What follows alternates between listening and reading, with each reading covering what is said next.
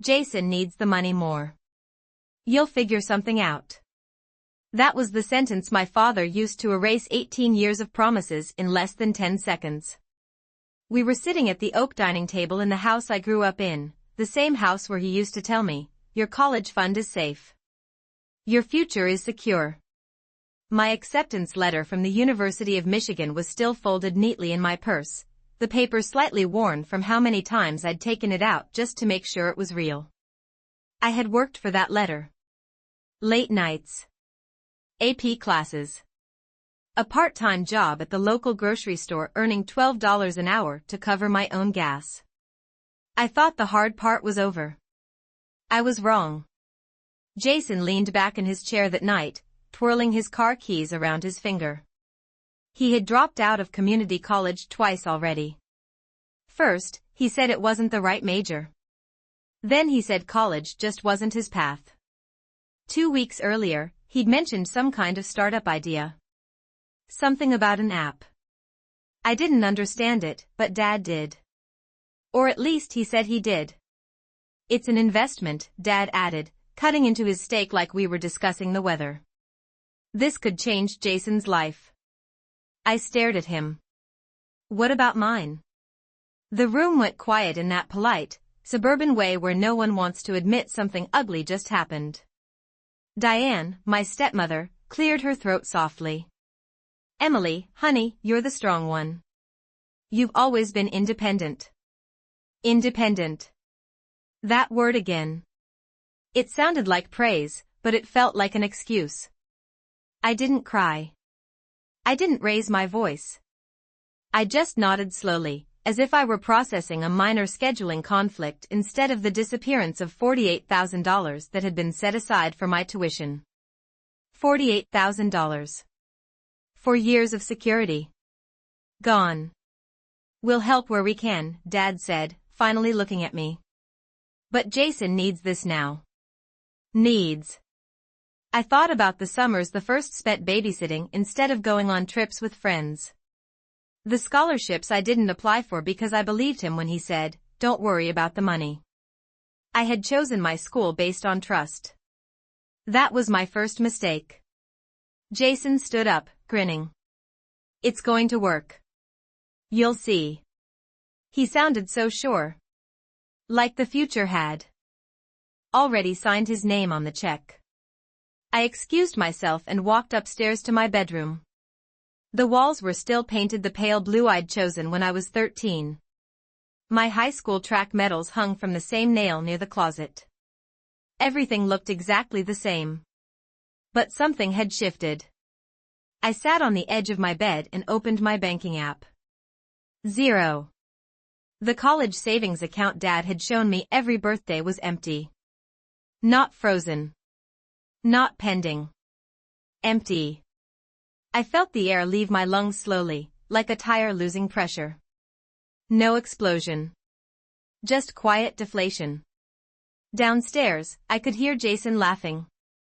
I realized something then. I had always believed that fairness was automatic. That if you worked hard and kept your head down, people would keep their word. But fairness isn't automatic. It's conditional. And I was no longer part of the condition. I stood up, walked to my closet, and pulled out a duffel bag. Not because I had somewhere dramatic to go. Not because I wanted to prove a point. But because in that moment, I understood something clearly for the first time in my life. If my future was going to exist, I was going to have to build it myself. They invested in Jason. Fine. That was their choice. What they didn't realize was that the night they gave him my college fund was the night they gave me something else entirely. They gave me the truth. And the truth is a powerful place to start.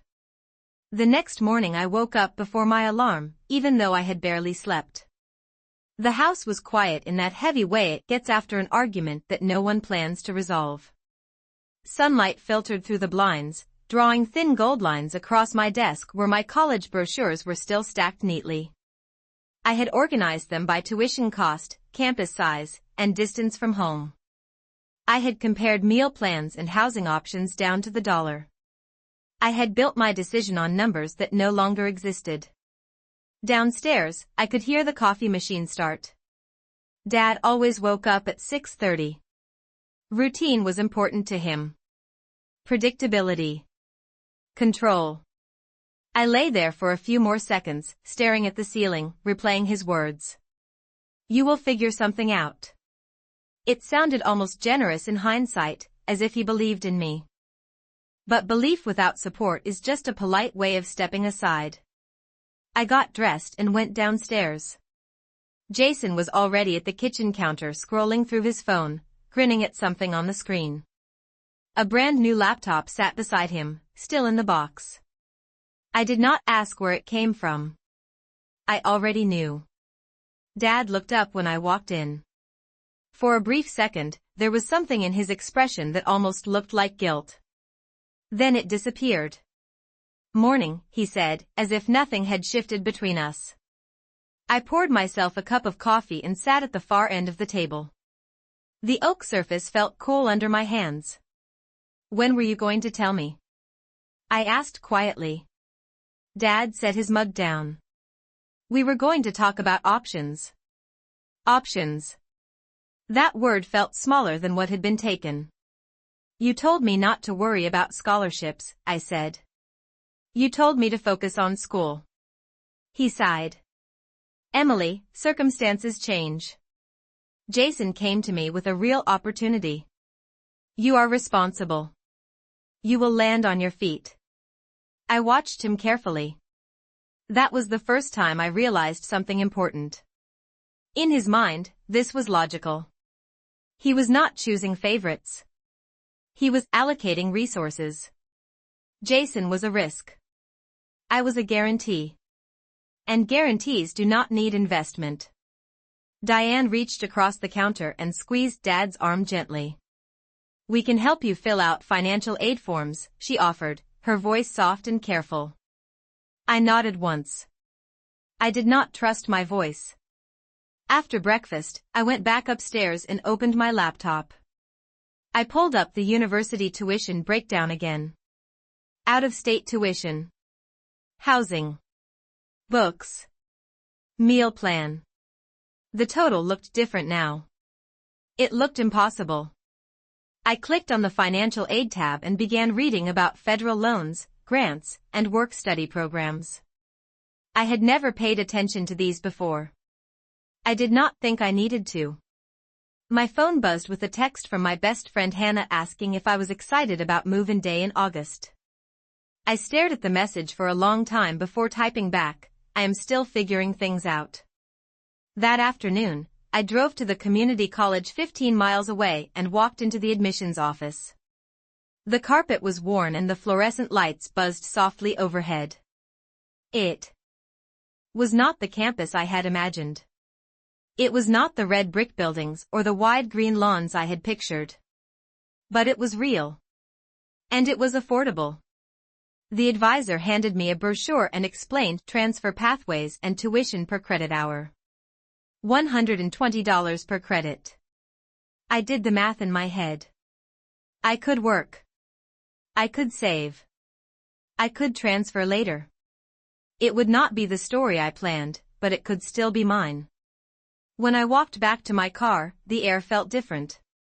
Not lighter. Just clearer. I realized I had been waiting for someone to correct the decision, to call me back to the table and say there had been a mistake. That call was not coming. So I opened my phone, logged into the Federal Student Aid website, and began filling out the forms myself. If I was going to land on my feet, I would make sure I knew exactly where I was stepping. By the end of that week, I had submitted my application to the community college and accepted that my path would not look like the glossy brochures I used to tape above my desk. I started picking up extra shifts at the grocery store, volunteering for early morning inventory at 5 o'clock and closing the register at night when the fluorescent lights made everything look pale and tired. $12 an hour turned into $14 after my supervisor noticed I never called in sick and never complained. I opened a separate savings account in my name only and labeled it tuition. Every deposit felt small, almost insignificant, but it was mine. At home, Jason transformed the dining room into what he called his office.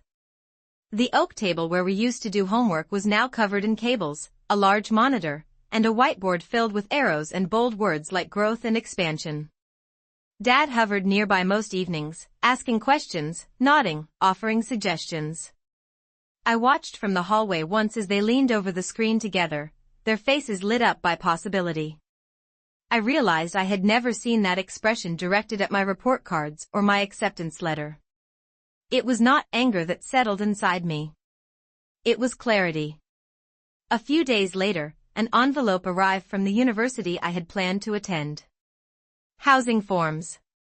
Orientation dates. A bright brochure welcoming the class of incoming freshmen. I sat at my desk and read every page carefully before sliding it back into the envelope. I was not bitter. I was recalculating. That Saturday, Dad knocked on my bedroom door. He rarely knocked before. "We should talk about your plans," he said. I gestured for him to sit. He looked around the room as if he were seeing it for the first time, noticing the neatly stacked folders labeled scholarships and transfer requirements. "You are not still upset, are you?" he asked. I met his eyes. "I am adjusting." He nodded slowly, as if that was reasonable. "Jason is close to securing outside investors," he said. "If this works, there will be more than enough for everyone." I understood then that in his mind, I was part of a future return. A delayed benefit. "I cannot build my life on if," I replied quietly. He did not argue. He just stood up and patted my shoulder, the way he used to before middle school track meets. The gesture felt outdated, like something from a version of us that no longer existed. Classes started in late August. Instead of moving into a dorm 200 miles away, I drove 15 miles each morning in my 10-year-old sedan with 120,000 miles on it.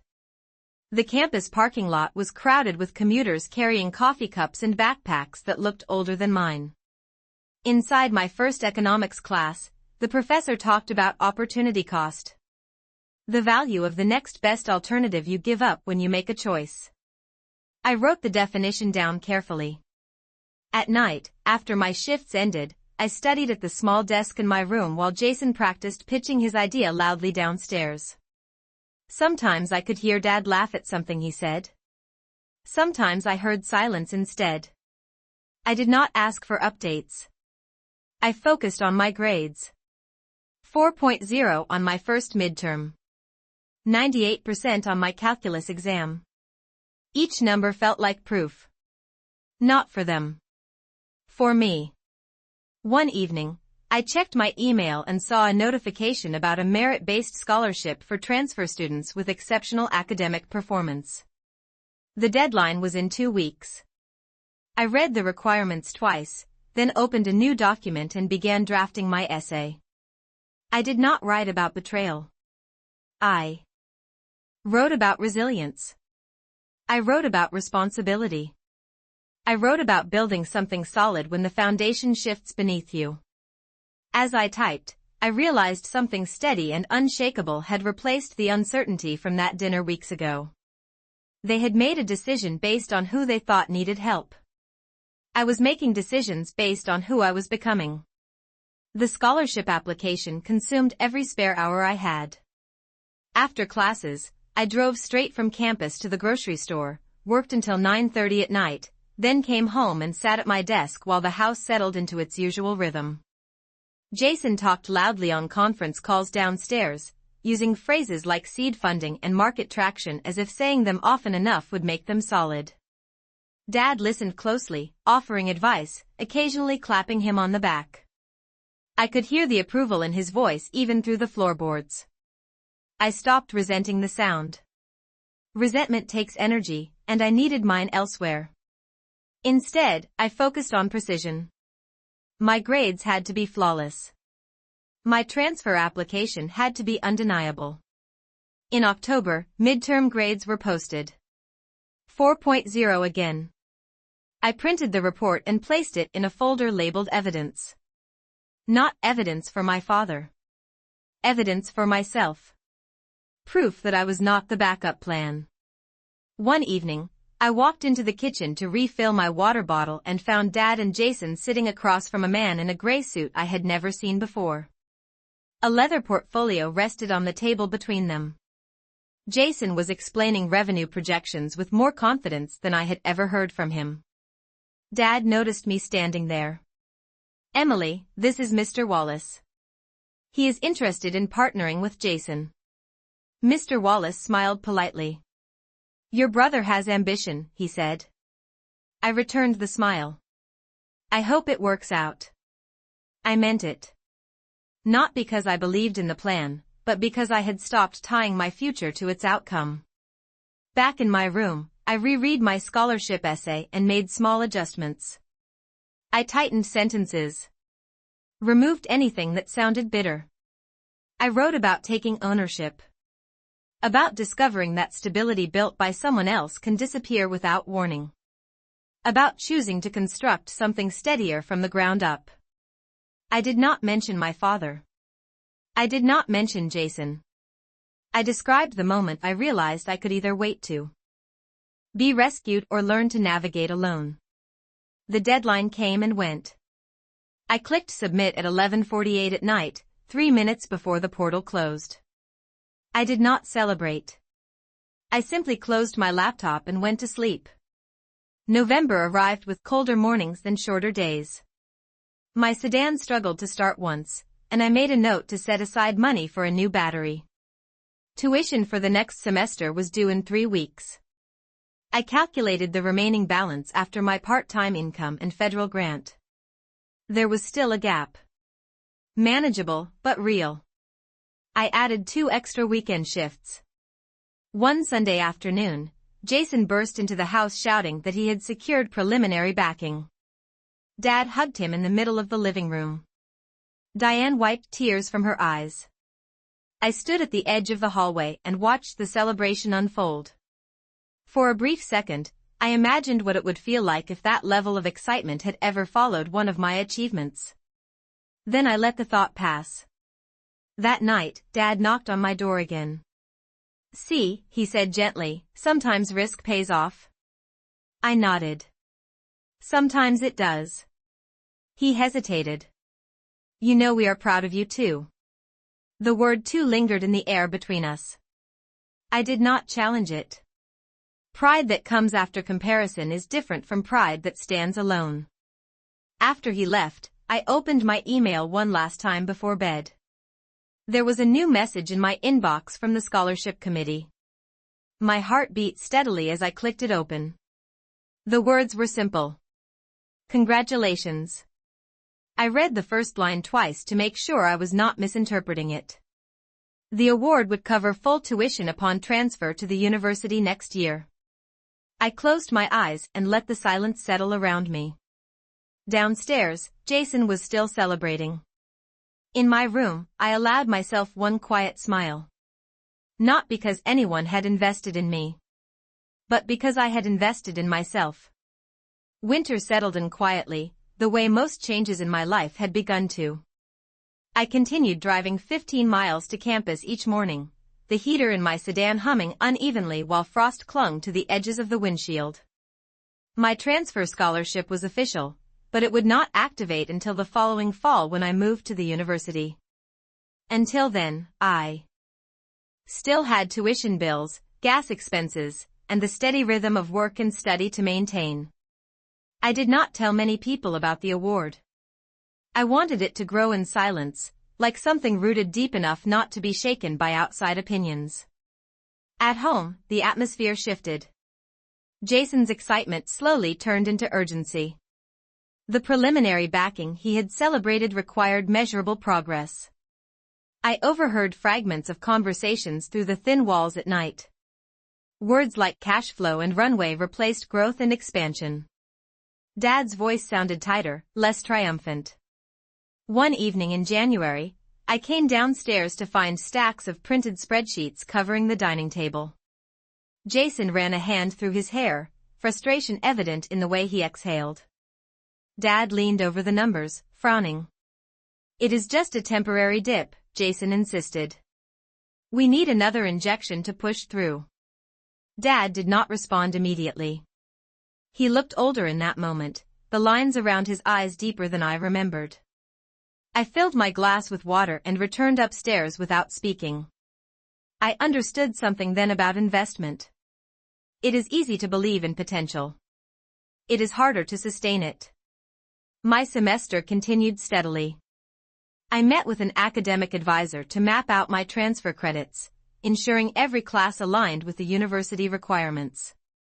I picked up an additional certification course in business analytics that met on Saturday mornings from 8 until 11. The classroom was small and practical. No speeches about ambition. Just spreadsheets, formulas, and measurable outcomes. I liked that. Results did not rely on optimism. They relied on input. In February, an unexpected expense arrived. My car battery failed in the grocery store parking lot after a late shift. The temperature had dropped below freezing, and the engine would not turn over. I sat behind the wheel for a moment, staring at the dashboard lights, calculating the cost before calling roadside assistance. $140 for a new battery. It felt significant. But I paid it from my savings without asking anyone for help.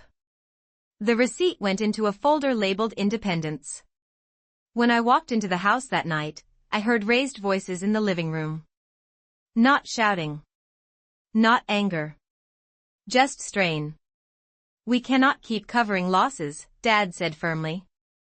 Jason responded quickly, defensively, explaining market fluctuations and short-term volatility. I passed the doorway and continued upstairs. Their conversation did not require my input. Later that week, Dad knocked on my door again. He rarely entered without invitation now. How are classes? He asked, lingering near the frame. Good, I replied. I secured a research assistant position for next semester. It will help with experience. He nodded, distracted. That is great. His tone was genuine, but distant. For the first time, I did not feel the need to fill the silence between us. I had learned that approval feels different when it is not the primary currency of your life. By early March, Jason's office equipment began to disappear from the dining table. The large monitor was boxed up. The whiteboard erased. Dad spent more evenings alone in his study. I did not ask for details. I focused on preparing my transfer paperwork and maintaining my grades. One afternoon, as I reviewed my bank account, I noticed something unexpected. A deposit. $500. The memo line read "Car help." I walked downstairs and found Dad in the kitchen. You did not have to do that, I said calmly. He avoided my eyes. I should have thought about these things earlier. It was not an apology. It was not an admission. But it was something. I thanked him and returned upstairs, not because I needed the money, but because I understood the gesture. Sometimes recognition arrives quietly, long after the original decision has been made. I no longer needed to be chosen first. I had already chosen myself. Spring arrived slowly, marked less by the weather and more by the quiet dismantling of Jason's plans. By April, the dining room table had been cleared completely. The gray-suited investor no longer visited. The calls downstairs became shorter, then stopped altogether. One evening, I overheard Dad say, "We need to reassess," in a tone that carried more weight than anger ever could. Jason responded with silence. I did not feel satisfaction. I felt distance. My semester was ending, and final exams filled my calendar. I spent long hours at the community college library, reviewing notes beneath the steady hum of fluorescent lights. The place had become familiar now. Comfortable. Not glamorous, but dependable. I liked dependable. My research assistant position had officially begun, and I worked closely with Professor Martinez on a small data project analyzing local business trends. It was not dramatic work. It was detailed. Careful. Measured. The kind of effort that builds quietly over time. On the last day of finals, I walked out of the economics building holding my completed exam and realized I was no longer reacting to my family's decisions. I was operating independently of them. My transfer paperwork had been approved. In August, I would move 212 miles north to start at the university I once thought I had lost. The scholarship covered tuition. My savings would cover housing and books. I had calculated every expense down to the monthly cost of laundry. At home, the atmosphere felt different. Jason spent more time in his room, less time explaining future projections. Dad worked longer hours again, returning to routines he understood. One Sunday afternoon, he asked if I wanted to go for a drive. It was something we used to do when I was younger, driving aimlessly through neighborhoods under construction and imagining what kind of houses we might live in someday. I agreed. We drove in silence for several miles before he spoke. I thought I was helping him find direction, he said quietly, eyes fixed on the road. I looked out the window at passing storefronts. Maybe you were, I replied. He exhaled slowly. I did not consider what it would cost you. It was the closest he had come to acknowledging the full picture. I did not press him for more. Some realizations need space to settle. Back at the house, I began packing gradually. Not in secret. Not in anger. Just steadily. I folded clothes into cardboard boxes labeled apartment and stacked textbooks neatly in a small pile near my door. Each item felt like a step measured in inches, not miles. Jason knocked on my door one evening, something he had never done before. He leaned against the frame, hands in his pockets. I heard you got that big scholarship, he said. Yeah, I answered. He nodded. That is impressive. There was no sarcasm in his voice. Just recognition. Thanks, I said. We stood there for a moment, two people who had been placed on different tracks by someone else's decision. I did not ask for it to go that way, he added quietly. I believed him. I know, I replied. That was enough. In late July, I loaded my car with boxes, a small lamp, and the same blue comforter from my childhood bed. Dad carried the heavier items without speaking much. When everything was packed, he stood beside the car, hands resting on the trunk. You built this on your own, he said. It was not praise in comparison to anyone else. It stood alone. I looked at the house, the oak dining table visible through the window, the place where everything had shifted months earlier. I felt no bitterness. Just clarity. As I drove away, the highway stretching ahead in long, steady lines, I realized something simple and steady had replaced the uncertainty of that first night. I was no longer waiting to be chosen. I had already chosen the direction of my own life, and it was moving forward. Move-in day felt different from what I had once imagined, but not smaller. The campus stretched wide beneath a late August sky, brick buildings rising against rows of oak trees that had already begun to hint at fall. I parked my sedan in the student lot, unloaded my boxes one by one, and carried them up 3 flights of stairs to a modest dorm room with beige walls and a narrow window overlooking the courtyard. It was not glamorous. It was not guaranteed. It was earned. My roommate, Claire, greeted me with an easy smile and a stack of textbooks already highlighted in bright colors. She asked where I transferred from, and when I explained my path through community college, she nodded with respect instead of surprise. That was new. Classes began the following week, and the pace shifted immediately. Lectures were larger, expectations higher, conversations sharper. In my first advanced economics seminar, the professor wrote a single question on the board: what is value? Students debated market forces and intangible assets while I listened carefully, then added my perspective about opportunity cost shaped by lived experience rather than theory. The professor paused and nodded. That is a practical interpretation, he said. I wrote that comment down later, not because I needed validation, but because it marked a transition. I was no longer catching up. I was contributing. My days settled into a disciplined rhythm. Morning classes. Afternoon research assistant work under Professor Martinez, who had recommended me to a colleague at the university. Evenings in the library reviewing datasets or preparing case analyses. I tracked every expense in a spreadsheet, from groceries to laundry detergent. Rent for the following semester's off-campus apartment required planning months in advance. There was no safety net beyond what I built. In October, I attended a networking event hosted by the business school. I wore the only blazer I owned and carried a small notebook instead of relying on memory. Conversations were steady and professional. One recruiter from a mid-sized consulting firm asked about my background. When I explained my transfer journey and scholarship, he leaned in slightly. "That takes resilience," he said. I smiled politely. "It takes planning."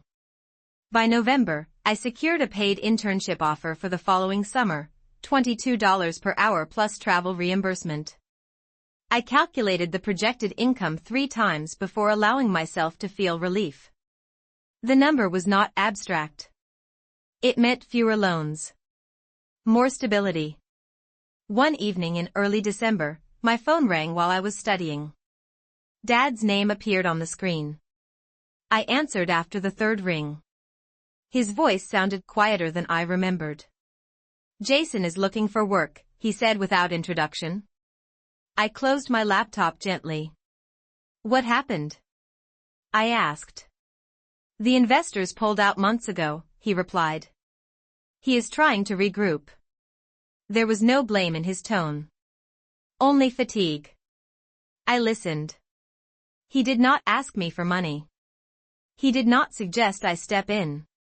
He simply updated me. "How are you?" he added after a pause. I glanced around my small apartment, at the stack of case studies on my desk and the internship offer email still saved in my inbox. "I am busy," I said. In a good way. After the call ended, I sat quietly for a moment. I felt no triumph. No satisfaction in the reversal. Just a steady understanding that life does not always reward risk, and it does not always punish caution. It responds to consistency. Finals approached quickly. As I walked across campus one cold evening, the lights from the library glowing against the dark sky, I realized the distance I had traveled was not measured in miles from home. It was measured in decisions. Small, deliberate choices repeated daily. No applause. No dramatic confrontation. Just forward movement. I tightened my scarf against the wind and kept walking toward the building, aware that the future no longer felt uncertain. It felt constructed. The internship began in early June, and the city felt larger than anything I had experienced before.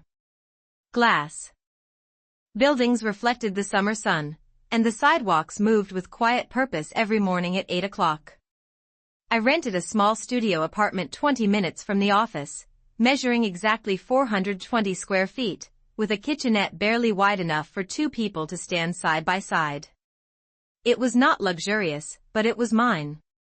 On my first day, I wore the same navy blazer from the networking event and carried a leather folder with printed copies of my resume, even though everything had already been submitted electronically. The firm assigned me to a mid-sized retail client struggling with declining quarterly revenue. My role was simple on paper: analyze operational inefficiencies and present recommendations. In reality, it meant hours of data cleaning, financial modeling, and double-checking assumptions that no one else had time to question. I did not mind the repetition. Repetition builds precision. By mid-July, my supervisor began asking for my input during team meetings. "Emily, what do the numbers suggest?" he would say, turning toward me instead of past me.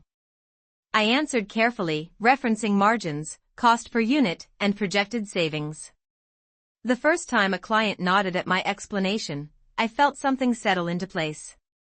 Competence does not announce itself loudly. It accumulates quietly until it becomes undeniable. One afternoon, as I was reviewing spreadsheets, my phone vibrated against my desk. Jason's name appeared on the screen. I let it ring once before answering. "Hey," he said, his voice different from the confident tone I used to hear downstairs at home. "I was wondering if you had a minute." I stepped into the hallway outside the conference room. "Sure." There was a brief pause. "I am thinking about applying for some entry-level positions," he said. "I never finished my degree. I was hoping you could look over my resume." The request was straightforward. No excuses. No comparisons. Just a question. I leaned against the wall, considering the distance between that dinner table months ago and this hallway lined with framed mission statements. "Send it to me," I replied. "I will review it tonight." "Thanks," he said quietly. After we hung up, I returned to my desk and reopened the financial model I had been building. The numbers on the screen felt steady. Measurable. That evening, I opened Jason's resume on my laptop in my small apartment. It was sparse. A few unfinished coursework lines. Some freelance attempts. I made notes in the margin, suggesting clearer descriptions, emphasizing transferable skills, recommending he consider completing certification programs. I did not lecture. I did not remind him of past decisions. I treated the document like any other project. When I sent it back, I included a brief message: focus on consistency. Employers look for patterns. He replied with a simple thank you. A week later, Dad called again. "Jason said you helped him," he said. There was something softer in his tone. He appreciated it. I sat at my small kitchen table, the city lights visible through the narrow window. "He asked," I said. Dad exhaled slowly. "You handled everything differently than I expected." I understood what he meant. He had anticipated resentment. Maybe distance. Instead, there was composure.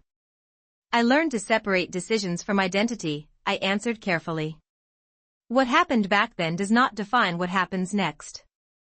There was silence on the line, but it did not feel uncomfortable. It felt reflective. As the internship moved toward its final month, my supervisor called me into his office. "We would like to extend a return offer after graduation," he said. "Your work has been exceptional." I nodded once, steady. Not surprised. Not overwhelmed. Just aware of the path that had led here. Later that night, as I walked back to my apartment under the glow of streetlights, I realized something simple and quiet. The future no longer felt like something granted or withheld. It felt constructed, line by line, decision by decision. And I had built it without asking permission. Senior year arrived without ceremony. There was no dramatic moment when everything suddenly felt secure. It was gradual. One completed semester after another. One internship evaluation marked excellent. One email confirming my return offer after graduation with a starting salary that once would have seemed impossible to imagine. I accepted the offer in early October, months before most of my classmates had secured positions. When I signed the contract, I paused for a moment, remembering the night I sat on my childhood bed staring at an empty account balance. The distance between those two versions of me was not measured in luck. It was measured in discipline. I graduated in May beneath a wide blue sky, wearing a cap that felt lighter than the years it represented. As I walked across the stage and heard my name announced, I did not search the crowd for approval. I already knew what I had done. After the ceremony, I found Dad and Jason standing near the back of the lawn. Dad's hair had more gray than I remembered. Jason looked steadier, older in a way that had nothing to do with age. "You did it," Dad said simply. I nodded. I did. There was no comparison to anyone else. No qualifiers. Just acknowledgement. A few weeks later, I moved into a one-bedroom apartment closer to the firm's downtown office. 780 square feet. Large windows. A small balcony overlooking the street. I furnished it slowly, choosing pieces I could afford without stretching my budget. A solid oak desk. A gray couch. A bookshelf that held not just textbooks, but framed copies of my internship offer and scholarship letter. Not as trophies. As reminders. My first paycheck arrived at the end of June. I studied the numbers carefully, subtracting rent, utilities, savings contributions, and student loan payments, even though the balance was modest compared to what it could have been. I set up automatic transfers to an investment account and labeled it Future. One Sunday afternoon, I drove back to the house where everything had shifted years earlier. The oak dining table was still there, polished and clear. Jason met me at the door. He had secured a steady position with a logistics company after completing a certification program. It was not the startup dream he once described, but it was stable. "I am glad you came," he said. We sat at the same table where Dad once announced his decision. The memory did not sting anymore. It felt instructive. Dad looked at me across the wood-grain surface. "I miscalculated," he said quietly. "I thought strength meant you did not need support." I considered his words.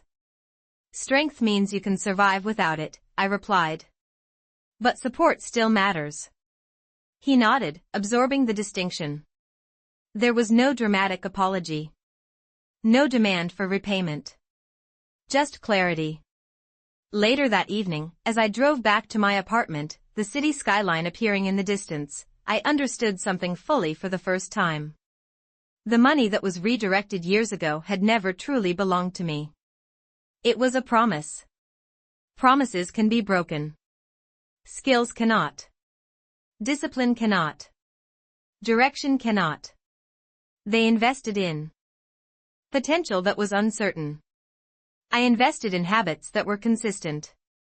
The difference showed itself over time. When I unlocked my apartment door and stepped inside, the quiet space greeted me with a sense of ownership that no account balance could replicate. I placed my keys on the oak desk and looked around at the life I had assembled piece by piece. No dramatic confrontation had been necessary. No revenge required. The outcome spoke clearly enough. They once decided where the money would go. I decided where my future would lead. And in the end, that made all the difference.